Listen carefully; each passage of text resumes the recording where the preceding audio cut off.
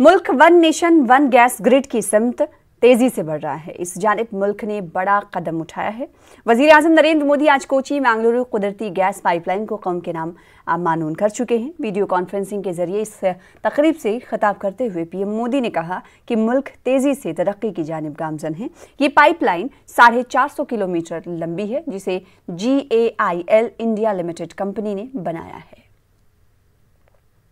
It is an honor to dedicate the 450-kilometer Kochi-Mangaluru natural gas pipeline to the nation. This is an important day for India, especially for the people of Kerala and Karnataka.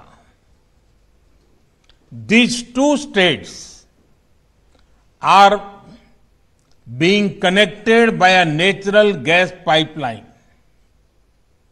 I congratulate to people of these states. The pipeline will have a positive impact on the economic growth of these two states. Kochi-Mangaluru pipeline इस बात का बहुत बड़ा उदाहरण है कि विकास को प्राथमिकता देते हुए सभी मिलकर काम करें तो कोई भी लक्ष्य असंभव नहीं।